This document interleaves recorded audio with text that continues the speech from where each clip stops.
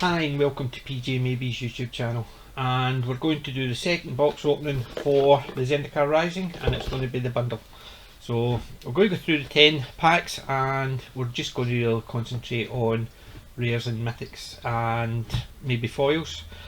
What we'll do is after that I'll go through the cards, dig out the ones that I liked about the set from the 10 packs and what I'm going to do with them, why I like them, and hopefully it'll be a wee bit quicker because going through every single card, not as if I'm doing prices on them, just to see what I get. So stay tuned, and for box opening number 2, fingers crossed it's going to be better. Cheers.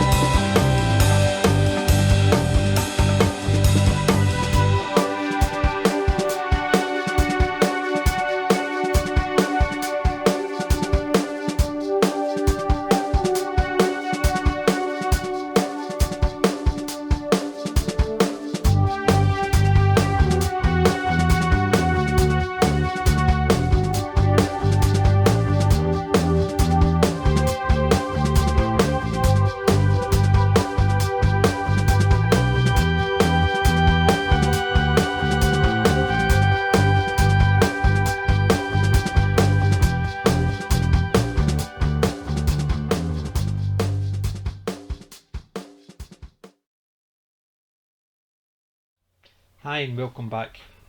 All in all, that was actually not too bad. I quite liked that. They got one card that effectively played for that box.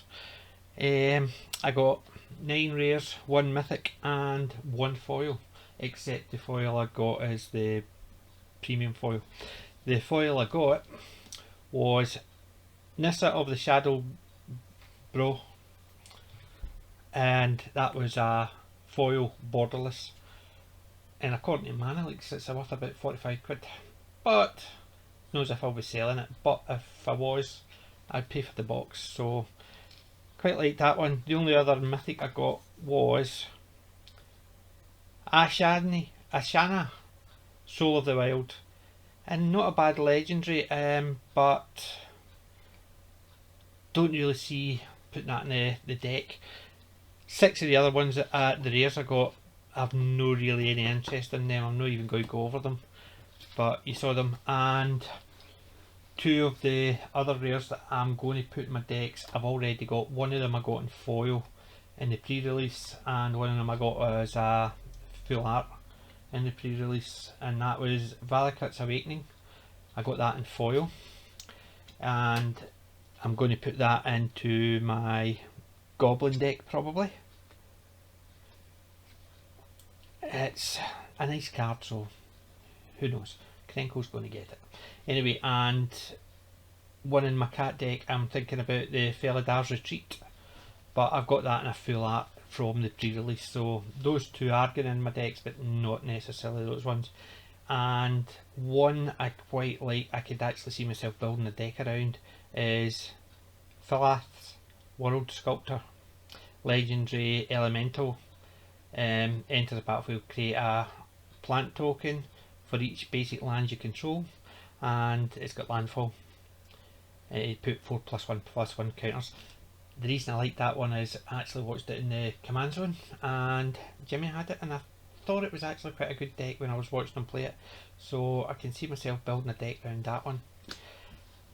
That is the rares and mythics. The only uncommon that I got that I would put in any of my decks is Relic Golem. Costs 3 and gives you a 6/6, and it can't attack or block unless an opponent has 8 or more cards in their graveyard, and for 2 and tapping it you can get a target player to mill 2. Nice card, it could go in any of my decks, but we'll see what one. Even build I'm thinking about doing a colourless deck. Need to get a few more wastes because I don't want to actually put standard lands in it, and I've got a lot of mana rocks and such like. It would be ideal for it. I've got about 10 or 12 waste lands, so I want to get some more, so might get that first. The only other 2 artifacts, one is spare supplies. I've already got one of those, but I can see that getting a few in my decks because cost 2, you can draw a card when it comes in, and you can tap it and sacrifice it for 2 and draw a card. So card draw, 2 card draws for 4, not too bad. Some of my decks, like my Goblin deck, because they're so cheap to put out, sometimes I'm looking for card draw. That might be handy. I've got 3 of those, so go in there. And another one is the Cliffhaven Kite Sail. Costs 1 and it's an equipment, and it enters the battlefield attached to a target creature you control, and the equipped creature has flying. I'm thinking of putting that in my giant deck. That would be quite handy, and it 2 to equip. Pardon me. The foil I got is part and parcel of the promo. Was Charix, the Raging Isle, legend creature, Leviathan Crab, 0/17. Spells your opponent cast cost that target it cost 2 more, and it for 3 it gets a +X/-X until the end of turn, where X is the number of islands you control. So an okay one, but can't see building a deck around that one. Right. Blue is my least favourite colour, so there's only one card that I liked in amongst all that, and that was Glacial Grasp. Tap target creature, its controller mills 2 cards, That creature doesn't untap during its controller's next untap step and draw a card. For 2 and a blue, can go in some of my multicoloured decks, but if anything, it just gives you, it taps a creature, doesn't untap, mill somebody for 2 creatures, and you can draw a card for 3. So it's the card draw is the main one, but it's got other wee bits and pieces. And for the black, I only saw 1 card in them all, and that was Dreadworm. 4 and a black gives you a 5/4 with landfall, and I'm thinking about putting that in my nightmare deck. It's a worm horror, so it fits with the theme, and its landfall is it gains indestructible until the end of turn. Ideal for a 5/4. Put a effects land in, gets indestructible, and then if somebody attacks you, crack your fetch land, bring another land in, and it gains indestructible for blocking. So definitely going to put that in my horror deck, my nightmare deck. White, I've not got too many decks in white. I've got it in part and parcel, but there's one that's going to go in my cat deck, and that's Prowling Felidar. It's got vigilance and landfall, 3 in a white for a 2/3, and the landfall you put a +1/+1 counter on it. So for 4 you can get a 2/3, play a land, actually you get a 3/4, and every time same idea, fetch land, you put a fetch land in, crack it straight away, then you're putting 2 +1/+1 counter, selling it straight off. Can be quite powerful, so it's a cat beast, so I'll go in my cat deck. The other 2 is, one's an aura and the other one's a core creature. The Farsight Adept for 2 and a white, it enters the battlefield, you and target opponent each draw a card, so, and it gets you a 3/3 for 3 and a card draw. Unfortunately one of your opponents gets a card draw, but politics could actually work for you. And the enchantment is Nahiri's Binding. For 1 and 2 white, it basically enchant a creature or planeswalker, and they can't attack or block, and activated abilities can't be activated. So somebody brings in Ugin, for instance, fire that on him first chance you get, and he's just a card unless they've got enchantment removal. So that's the colours. The only 2 ones I got a majority of, I got 6 for my green, and there's, let's see, 2 sorcery, 1 enchantment and 3 creature. The 2 sorcery are Scale the Heights for 2 and a green. You put a +1/+1 counter on up to 1 target creature, you gain 2 life, you play an additional land, and you draw a card. For 3, do 4 things. That can go in a lot of my decks, so quite happy with that one. And the other sorcery is Adventure Awaits. For 1 and a green, you look at the top 5 cards in your library, you may reveal a creature card from among them and put it into your hand. Put the rest to the bottom of your library in a random order, and if you don't pull a card that way, you draw a card. So for 2, it's card draw, and that can go in my elf deck or beast deck. So could also go in my dragon deck, I suppose. Give me an option to actually get card draw, but it's got a lot of potential, so quite happy with that one. And the enchantment is Nissa's Zendikar. I actually pulled one of these in the pre-release, so I'm glad I got a second one. And it's enchant land, and the enchanted land becomes a 4/4 elemental, and it has reach and haste, and it's still a land, but if the creature dies, the land returns to your hand. So in a land draw deck, quite handy. Play it, got a creature, and if the creature dies, you've got a land to play again. So I can see that getting in quite a lot in my decks. I've got an elemental deck, I've got a few green decks, so that can go in there.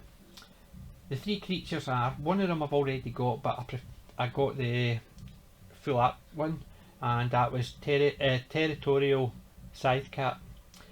for my cat deck. Obviously it's got trample and landfall, and the landfall trigger is you put a +1/+1 counter on it. For 3 it gets you a 2/1 with landfall, so that can be quite powerful. And I can feel my seat sliding down as I'm talking. My seat needs to be replaced very shortly, so if you think I'm getting shorter, it's nothing to do with my camera. The 2 creatures, one's an elf, and it, for 1 it gets you a 1/1 with death touch. Elf deck's getting that one.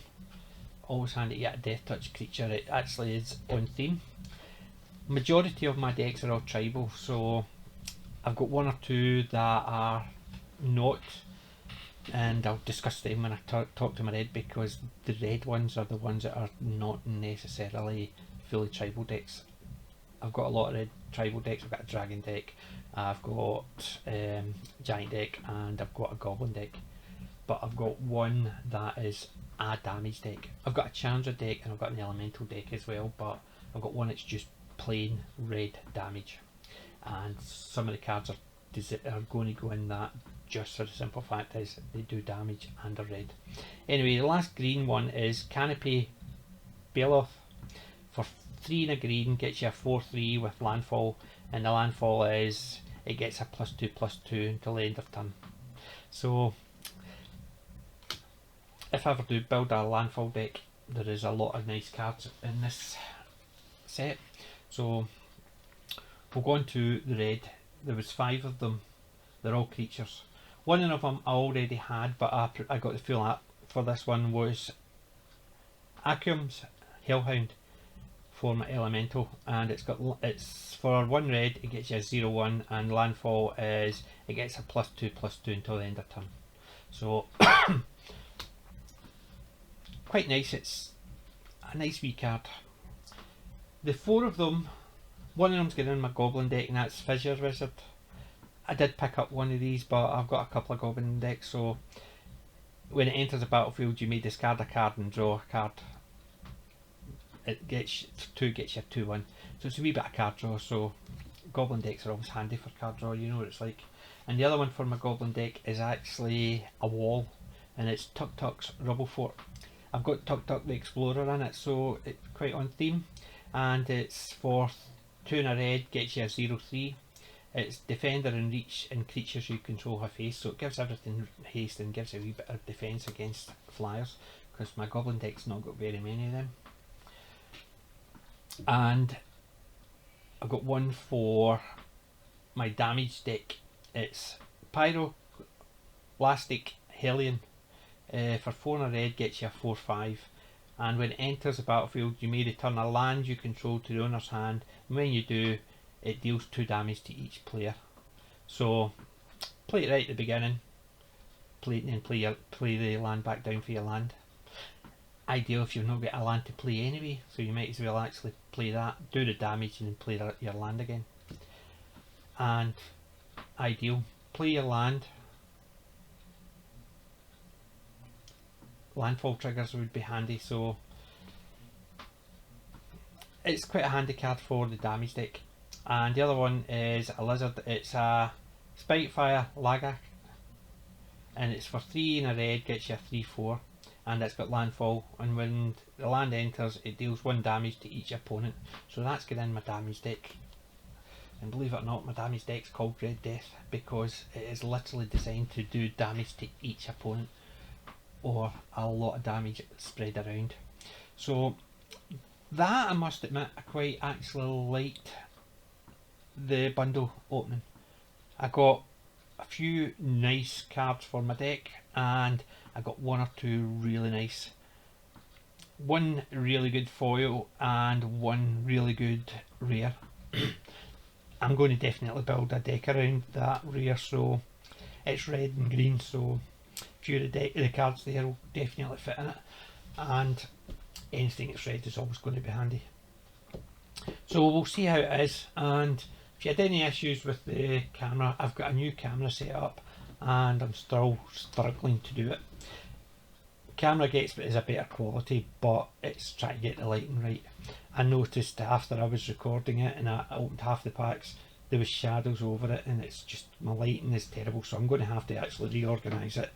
So Normally I do it right under the light, but I put it to the side to get a wee bit more room, and I think I messed it up. But fingers crossed you didn't mind too much. And if you liked what you saw, give it a thumbs up. And if you want to see more, because I've got 2 more to do, the next one I'm going to do is the draft booster.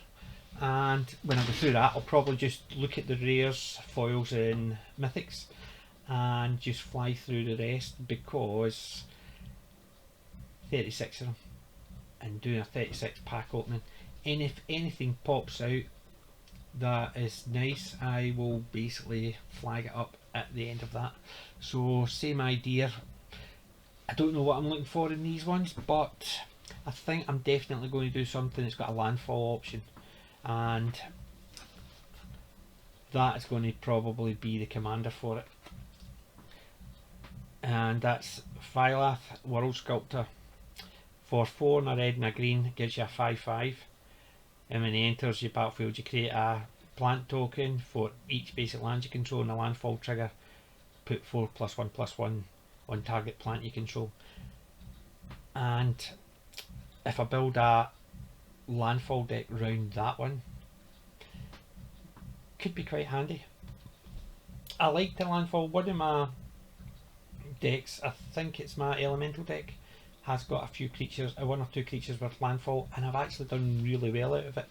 It's a 2/2 and landfall gets a +2/+2. In one of the games I think I did a something like 12 or 16 damage on a 2/2 creature because of the landfall trigger. It was just a handy card to have. So I did like the landfall prior to this set coming out, and I was starting to look through my deck for some landfall triggers.